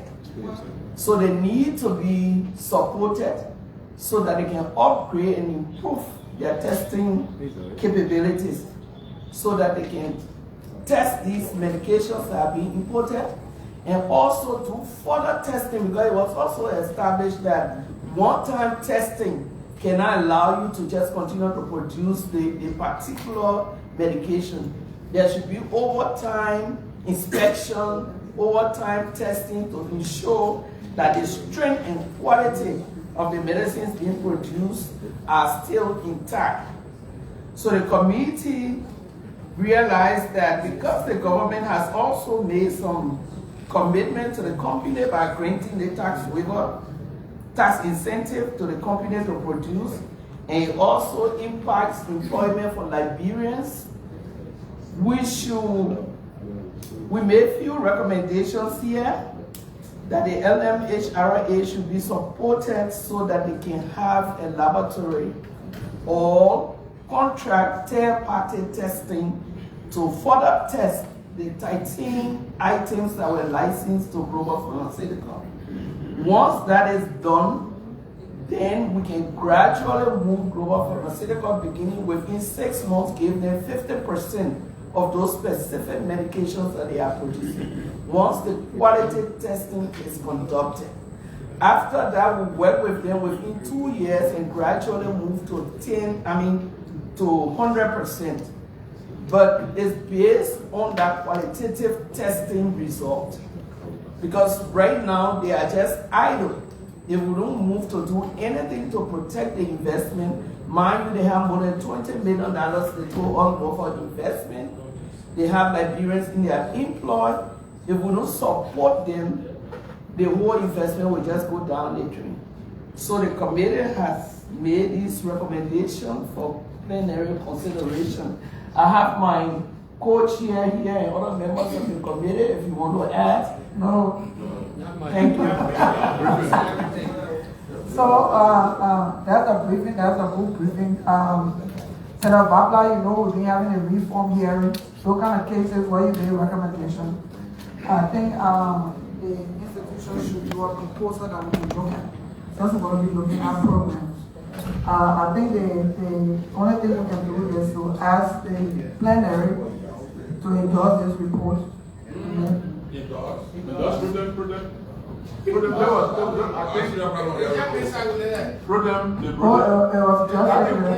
a beautiful report. I think we need to do justice to this report by deferring. So like a motion. No, put it out. Just briefly, let's note it. Yeah. So that briefing will note it and will defer for debate when we return. Right. Thank you.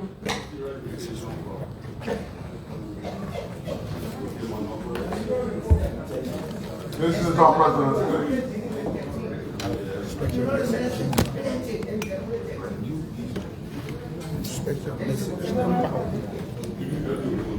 special message from the President Pro Tempore of the Liberian Senate.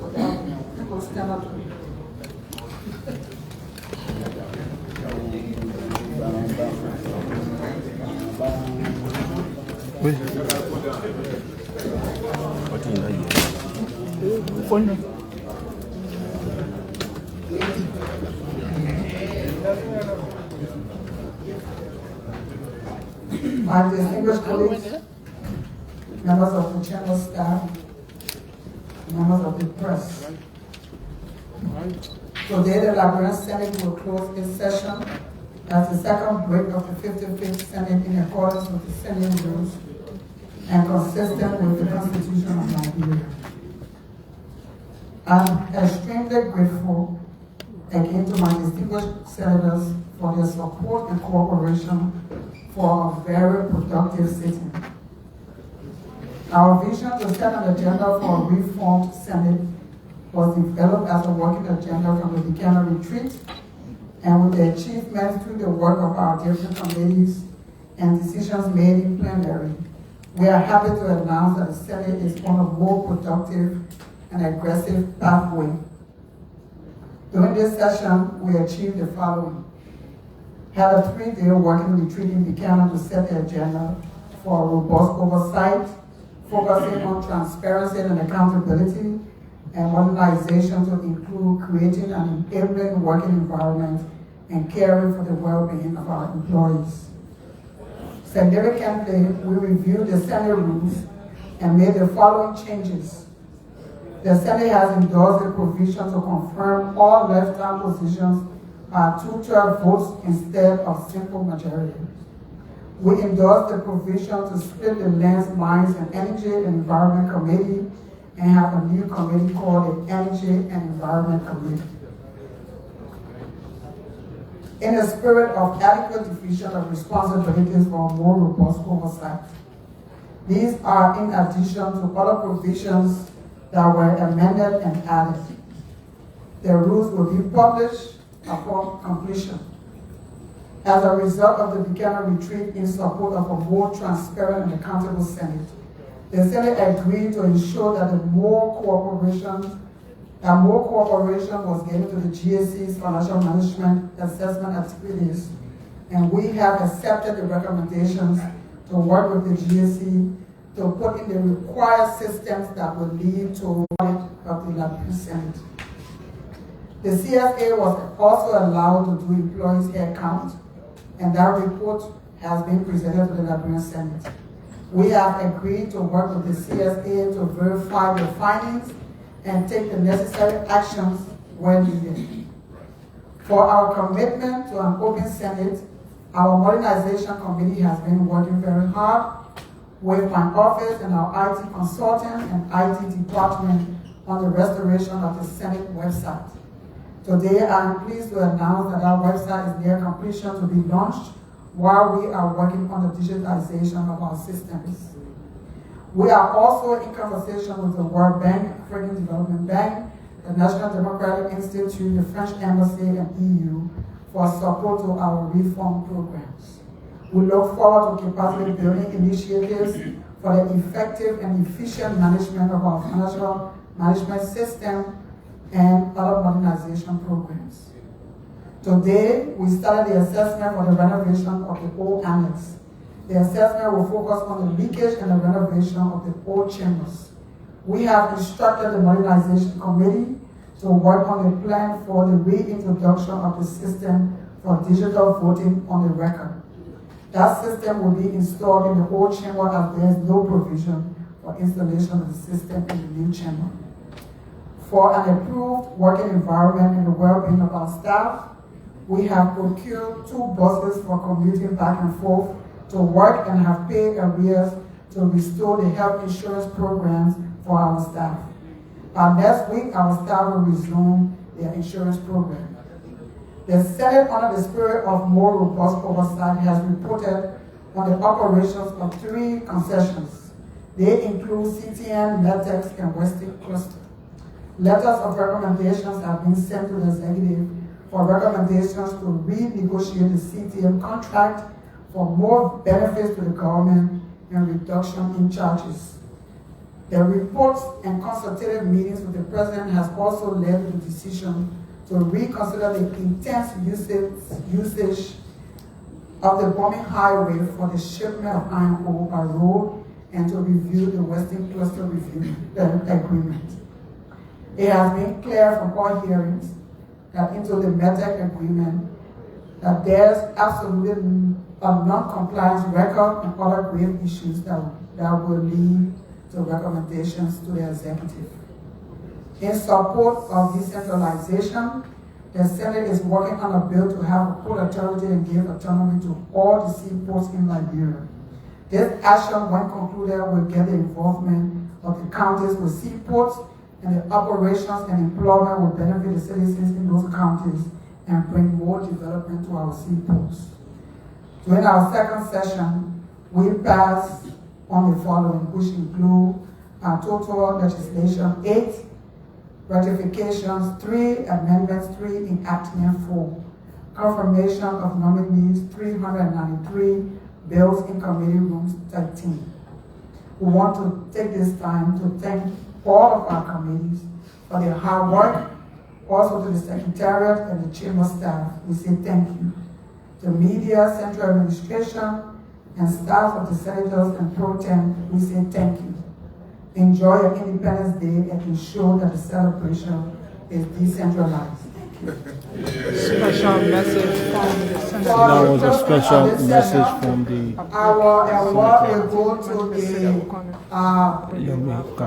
our award will go to the Senate staff in the Senate and to be taken care of appropriately.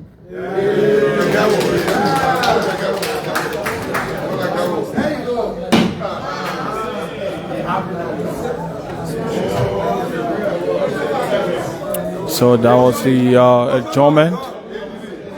That was the adjournment of the Senate session. Today, the 18th of July, the session ends, and so the Senate is expected to resume sometime in October. That is if the executive does not call this body back, or if they do not call themselves back to reside or discuss some critical national issues as demanded. My name is Aaron, and this is how I would like to end this session here from the Liberia Senate Chamber.